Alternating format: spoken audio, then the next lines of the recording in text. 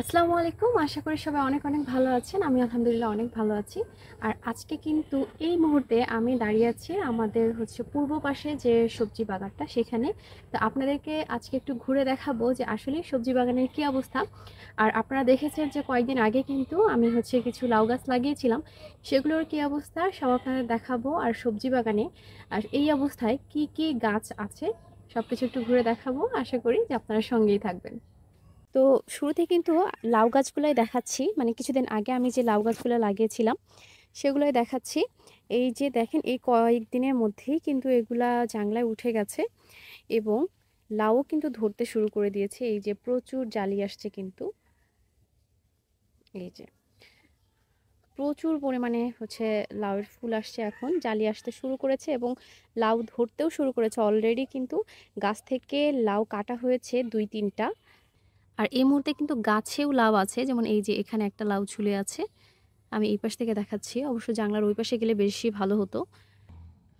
তো চিত্রটা যদি এই পাশ থেকে দেখাই তাহলে দেখেন এইখানে কিন্তু এই যে রিংয়ের মধ্যে মাটি তুলে এখানেও কিন্তু লাউ গাছ লাগানো হয়েছে।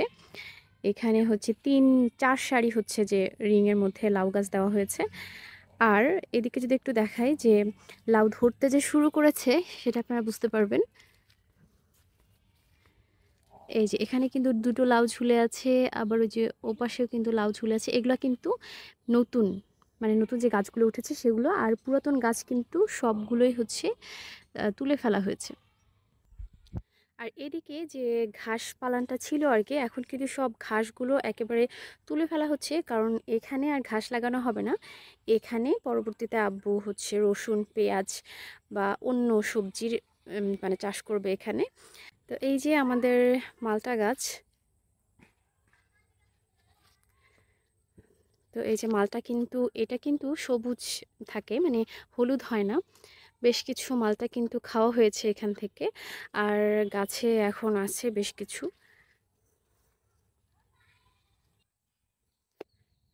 তো এই পাশে আমাদের বেশ কিছু মালটা গাছ আছে, কিন্তু সবগুলোতে ধরেনি। দু একটা মালটা গাছে এবার মালটা ধরেছে। আর এপাশে কিন্তু লাউ গাছের পাশেই এই যে এখানে সারি সারি পেঁপে গাছ, এপাশে এক সারি এবং এদিকে যদি তাকাই ওপাশে যে এক সারি পেঁপে গাছ আছে এবং তার পাশে পাশে এখানে কিন্তু মরিচ গাছ আছে। বিশেষ করে দুই কর্নারে, মানে এই পাশের সারি এবং ওই পাশের সারিতে সারিবদ্ধভাবে পেঁপে গাছ এবং মরিচ গাছ দেওয়া হয়েছে। আর মাঝখানের অংশটাতে কিন্তু এখানে আদা লাগানো হয়েছে। আর একদম ওই দিকে কিন্তু ওখানে কিছু হলুদ গাছ লাগানো হয়েছে। আর এই অংশটা যদি দেখাই, এখানে কিন্তু মানে সজনের চারা দেওয়া হয়েছে। এখান থেকে পরবর্তীতে এই গাছগুলো অন্য জায়গায় রোপণ করা হবে। এখানে বীজ থেকে চারা করা হচ্ছে,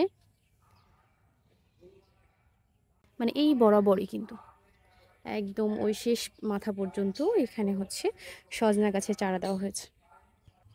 আর এই অংশটার পাশেই, এই পাশে কিন্তু আমাদের বস্তায় আদা গাছ লাগানো হয়েছিল। এখানে প্রায় 150-150-র উপরে বস্তা আছে। তো বস্তার আদাগুলো কিন্তু বেশ ভালো হয়েছে। আমার কাছে মনে হয়েছে যে মানে মাটিতে যে আদাগুলো লাগানো হয়েছে তার থেকে বস্তায় যে আদাগুলো সেগুলোই অনেক বেশি ভালো হয়েছে। ফলনটা আমি আশাবাদী আর কি যে বস্তাতেই ভালো হবে। এই যে যদি আমি একটু কাছ থেকে দেখাই, দেখেন অনেকগুলো করে কিন্তু এখান থেকে মানে পোয়া বের হয়েছে, গাছ বের হয়েছে অনেকগুলো করে। তো আমি আশাবাদী যে এখানে রোপণটা মানে ফলনটা অনেক ভালো হবে আর কি। আর এই যে পাশে এক কর্নারে কিন্তু এখানে সিম গাছ লাগানো হয়েছে। এদিকে একটা সিম গাছ আছে, আবার বাসার ভেতরে ওখানে সিম গাছ আছে। তো এই মোটামুটি এই পাশের আমাদের মানে পূর্ব পাশের যে বাগানটা, পূর্ব পাশের বাগানের অবস্থা। এখন আপনাদেরকে একটু ওই পাশের বাগানে নিয়ে যাব এবং ওখানে দেখাবো যে ওখানে কিভাবে কি লাগানো হয়েছে। তো এখন আমি এই পাশের সবজি বাগানটাতে যাচ্ছি, আপনাদেরকে একটু ঘুরে দেখাবো। তো এ পাশের বাগানেও কিন্তু এই যে মানে বেড়া, যেটা বেড়ার পাশে এই কোনা বরাবর যে সারি, লম্বা সারিতে কিন্তু সারি সারি পেঁপে গাছ আছে। পেঁপে গাছের সাথে এখানে মরিচ গাছও আছে। তো পেঁপে কিন্তু এই যে ধরতেও শুরু করেছে, ফলন মানে হচ্ছে, তবে আশানুরূপ ফলন আমি দেখতে পাচ্ছি না। আমার কাছে মনে হচ্ছে যে আরও বেশি ফল আসা উচিত ছিল, সে তুলনায় অনেক কম। আর তার পাশেই কিন্তু সামনের অংশে এখানে কিছু মরিচ গাছ আছে, এগুলোরও অবস্থা খুব একটা ভালো না, মরিচ এখন খুব একটা পাওয়া যাচ্ছে না, গাছ নষ্ট হয়ে গিয়েছে।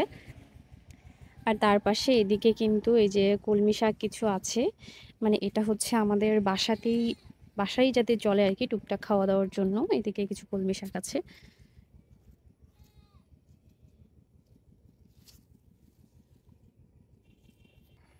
আর বরাবর কিন্তু এই সাইডেও হচ্ছে এই যে লাউ গাছ জাংলায় চলে গেছে, লাউ ধরতে শুরু করেছে। আর এখানে তো জাংলায় সব হচ্ছে লাউ গাছ, এগুলো সব হচ্ছে মানে নতুন লাউ গাছও আছে, আবার তার সাথে কিছু পুরাতনও আছে। আর এখানে আবার হালকা একটু ছাউনির মতো ব্যবস্থা করে নিচে হচ্ছে অনেক বীজ লাগানো হয়েছে, পেঁপের বীজ আছে এখানে, পেঁপের চারা হচ্ছে। এই যে এগুলো হচ্ছে পেঁপের চারা সব, দুই একটা অবশ্য মানে সজনে গাছ আছে, তবে সবগুলো এখানে মানে পেঁপের চারা লাগানো হয়েছে। আর এপাশে কিন্তু মানে মাঝে মাঝে হচ্ছে পুঁই শাক লাগানো হয়েছিল, এখন যদিও ম্যাক্সিমাম গাছে তুলে ফেলা হয়েছে, অল্প কিছু পুঁই শাক গাছ আছে শুধু আমাদের বাসায় যাতে মাঝে মাঝে খাওয়া যায় সেজন্য রাখা হয়েছে।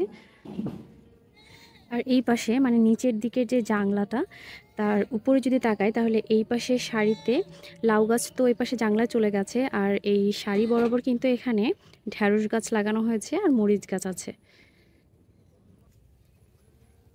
আর এই ঢ্যাঁড়স গাছেও কিন্তু এই যে ফুল আসতে শুরু করেছে, এই যে আশা করি খুব দ্রুত এখান থেকে আমরা ফল পাবো। আর একদম মানে বাগানটা যেখানে শেষ, একদম কোণাতে সেখানে কিন্তু এই 3টা সজনে গাছ আছে। এই যে এদিকে যদি আগাই তাহলে কিন্তু এপাশে যে বন্যার পানি নিচের জায়গাটা থেকে কিন্তু এখনও নামেনি, ওই পাশে যে বেড়াটা দেখা যাচ্ছে নিচে, ওই যে বরাবর যে বেড়া দেখা যাচ্ছে চারকোনা করে, ওটাও কিন্তু আমাদেরই জায়গা, কিন্তু বন্যার কারণে তো ওখানে পানি উঠে গেছে, ওখানে আর কিছু লাগানো হচ্ছে না। আর ওই জায়গাটা থেকে উঁচু যে জায়গাটা একদম কর্নারে কিন্তু এই বরাবর এখানে হচ্ছে আমাদের 3টে সজনা গাছ। তো এই হচ্ছে মোটামুটি এই পাশের আমাদের বাগানের চিত্র। এইদিকে লাউ গাছ, নিচের দিকে জাংলাতে লাউ গাছ, এই সারি বরাবর মরিচ গাছ এবং ঢ্যাঁড়স গাছ। এই পাশে কিন্তু মাঝখানে যে দুটো জাংলাতেই এখানে হচ্ছে বরাবর লাউ গাছ। আর ওপাশে কিন্তু এই যে পেঁপে গাছগুলো দেখেন, বরাবর কিন্তু ওদিকে পেঁপে গাছ। তো দুই পাশের বাগান, তো আপনাদেরকে কিন্তু দুই পাশের বাগানটাই আমি দেখিয়ে দিলাম, এই পাশের বাগান এবং ওই পাশের বাগান দুটোই দেখিয়ে দিলাম। তো আপনাদের কেমন লাগলো সেটা যদি কেউ চান তাহলে কমেন্টে জানাতে পারেন। তো সবাই অনেক অনেক ভালো থাকবেন, সুস্থ থাকবেন, আর অবশ্যই মা অ্যান্ড আয়াতের সাথেই থাকবেন। আজকের মতো বিদায় নিচ্ছি, আল্লাহ হাফিজ।